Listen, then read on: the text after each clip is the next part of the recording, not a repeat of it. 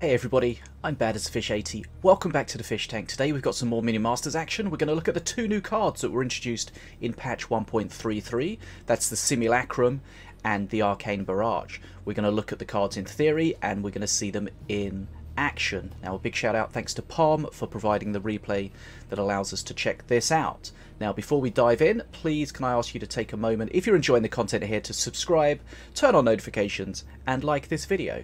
Now without any further ado, let's jump in. So we've got a gameplay here, we've got Diona and we've got Morelia. Let's see what we experience.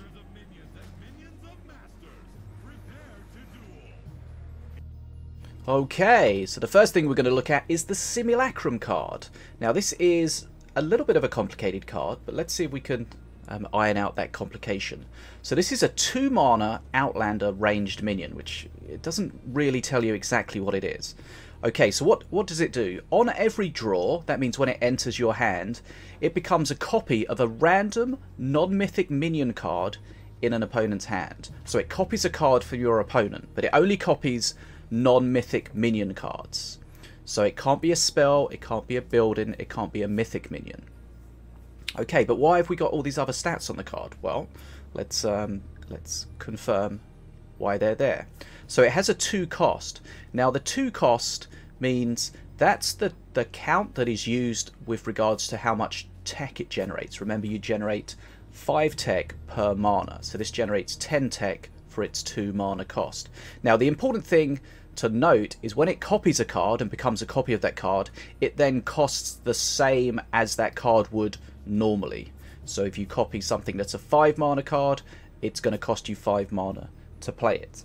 But it does have a potential bonus where you can haste whatever you've copied. Now if you've got enough Outlander tech, which is in this case 40, so that's 8 mana's worth. Remember, 5 mana, 5 tech for every mana spent, or drawn, sorry, then you can haste it. You could give haste, which is an extra 33% attack speed and movement speed. Now this deck from Pom's kind of interesting because it only has 3 things that generate tech. It's got the Impetus Blast, which is 2 mana, 10 tech, the Simulacrum, 2 mana, 10 tech, and the Stint, 2 mana, 10 tech. So it's not generating too much tech each cycle, and definitely not enough to haste this Simulacrum every cycle of the deck. Also, of course, you've got the Stint in there, which wants to consume a lot of tech as well. So Pom said that this is a deck you need to pay attention to. Try not to use the Stint to consume the tech unless you really need to do it. And of course, you don't want to waste the tech hasting something that's not necessarily hasted. So if you copy a big unit, a big slow unit, you may not want to haste it. You may want it to remain slow, and in that case you can use the Stint to control where the tech goes. Okay, so you draw it, 2 mana, 10 tech, it copies a mythic, non-mythic minion card. Okay, but what happens if it doesn't find a non-mythic minion card? Well, that's when the rest of the card starts to make a bit more sense. So the stats on the card here are the stats for a marine. So what happens if this card cannot find something to copy, then you just get 1 single marine for 2 mana that you could haste, potentially. Okay, so that's the Simulacrum. Hopefully that makes sense and we'll see it in action, and hopefully that'll answer any further questions you have. So the other thing we see here straight away is the Arcane Barrage is also in the starting hand. So the Arcane Barrage is fairly simple compared to the Simulacrum. So this is a 3 mana plus 1 mana freeze, so it effectively costs 4 mana, but you can use it after 3 mana. So it's a 4 mana Crystal Elf spell. What does it do? Well, it does a barrage, and the number of barrage projectiles depends on how many times you've cycled the card. So the first time you use it, it will do 3 barrage stacks, and the stats on the card are for each barrage stack. So it does 50 damage per stack. Starts at 3, so that's 50 times 3, 150 damage when you use it for the first time. That's of course on random targets within the area, and it does 10 damage from each barrage to face. Now the interesting thing about this is it has a range of 10, which is the biggest range of all spells. The second largest range is the Magma Storm, so this is even bigger than the Magma Storm, and that can make it quite annoying to use because it makes it very difficult to only get the target of choice within that area without hitting other things or the face. And if you play it, you'll see exactly what I mean with regards to that. Now the interesting thing about this spell is that each time you use it, it gets more powerful. So it starts off at 3 barrage stacks, but every time you cycle it, it adds another stack. So it starts at 3, then 4, and it goes all the way up to 10. So in late game, this can be doing 500 damage to units or 100 damage to face, and that's only for 4 mana, so might not be great early game, but this is a spell that you want to cycle, kind of like the Demon Warrior in a way where you want to use it as much as possible because you're going to get a benefit as the game goes on. Okay, so we've seen the 2 new cards. Let's have a look at them in action and see if that all makes sense from what we've said. Right, so straight away we saw that the Simulacrum was in Pom's hand, or it was drawn. So we can see now that he's got a living statue. That's been copied. It's a non-mythic minion that's been copied from his opponent. You can tell it's the copy because it has the Simulacrum icon above it. Now if we look just above the mana bar to the top left of the mana bar, down the bottom but the top left, you know what I mean, we can see the tech counter. So he's at 10 tech. Remember, the Simulacrum wants tech, needs 40 tech to haste the unit, and there'll be, as we'll see a little bit later, there'll be an indicator on the card if there's enough tech to activate that. Right, let's start playing this out and see exactly what happens. So remember, this statue has been gained from the Simulacrum, so that's a copied card. He knows his opponent has that. A little bit of knowledge there doesn't hurt at all. So as mentioned, Pom has the Impetus Blast, the Simulacrum, and the Stint as his Outlander cards to generate tech. Not a huge amount of tech generation as we mentioned earlier. Now Whist is playing a Slither deck. We know Slither decks are very frustrating to play against. They have a lot of cards that have a lot of annoying tendencies. But there we have the first use of the Simulacrum being spawned. It's the statue as we knew.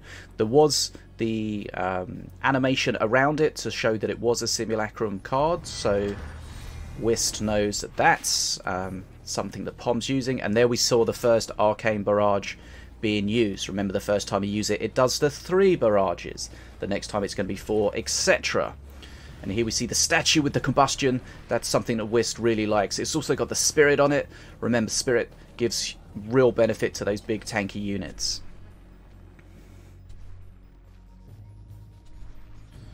So the statue, of course, is going to start attacking the blue golem since it's got taunt on it. Hypnotize really helping out there. A little bit frustrating, but here we see with the Arcane Barrage, it's got the number 4 above it. That means it's on 4 stacks. That means it's going to do 200 damage, 4 lots of 50. So as the game goes on, just pay attention to those stacks increasing. Nice use of the trap here from Diona at the bottom. Tanking a little bit from the trap, getting as much value as possible out of it. Stun Lancers, of course, being annoying, and Pom finding himself a little bit behind on XP at the moment. And there's the barrage, nicely done, takes out everything on the field. Bridges are blue. This is a good bit of the match for Pom. XP's about level, and we'll monitor that as the game goes on. So we're just checking out some gameplay here of the new cards. One thing we will notice here is Pom has the Impetus Blast in his hand, and he doesn't use it very much in this game. It's kind of an awkward card, probably not the best card he could choose, but I feel like Pom really enjoys using it, and as such he's prepared to play it and potentially not get as much value as he could in playing a Shock Rock or something like that. Okay, so again we can see the Simulacrum in Pom's hand has copied the Herald Armoon. He's on 20 tech, so doesn't have enough tech to haste it. That could be a good target to haste, but as mentioned a couple of times, we don't have a lot of tech generation. So he could be holding on, trying to get enough tech to generate the haste from it, but he's not being able to cycle the Impetus Blast, not finding some good choices to use that, and that's really slowing his tech generation down. Right, there we see the Arcane Barrage coming. I think that was 5 stacks that time. Really starting to do some serious damage for that 4 mana. Statue with the Spirit again, and the Spirit's so strong on the Statue. Combustion as well. Statue taking out the Golem. Right, Pom is just a little bit behind on XP here, but he's doing a good job managing these scary units coming in from Whist. Again, the trap doing what it can. No bridge control at the moment for Whist, which is a little bit of a problem. But this is going to be a fairly solid Hypnotize. Of course, the Cleaver's not going to have anything to Hypnotize on, but it is going to start taking a beating from the Herald Armoon. Statue straight into the Golem. Golem absolutely destroys it. Pom ahead on XP, but of course, Whist is playing Morelia, and we know Morelia's going to have that power spike of the Dragon at perk 3, plus all the other things that Pom has already been trying to deal with. So that's Whist's probably win condition of this game. Pom has got a decent XP lead at the moment. Okay, we're pausing it here. So, this is an interesting one. If we look at Pom's hand, we can see he's Diona, but somehow he's grabbed a page from Morelia's spellbook. Now, interestingly, the page from the spellbook that is the skeletons is classed as a minion. So, Pom is able to grab the page, the minion page. Now, interestingly here, and something I think I've only just considered, is that this skeleton page should be giving us a bunch of skeletons, but I don't think it does give us as many as we would expect. The other thing to notice from the Simulacrum copied skeleton page is it does have the tech icon above it, which means there's enough tech to haste those skeletons. So as we'll see in a moment, when Pom spawns it, he will get the haste on them. So that's a nice little still. 0 mana, of course. Hasted skeletons. Only gets 3 of them, which is a little surprising at this stage in the game. Right. Now, Pom's got a good XP lead here, but now Whist has Nirvir on the field. Going to be scary. Arcane Barrage comes in, does a good job clearing the Snake Druid, but this is going to be very scary to deal with. That Prowler is fairly terrifying. Cleaver trying to do what it can.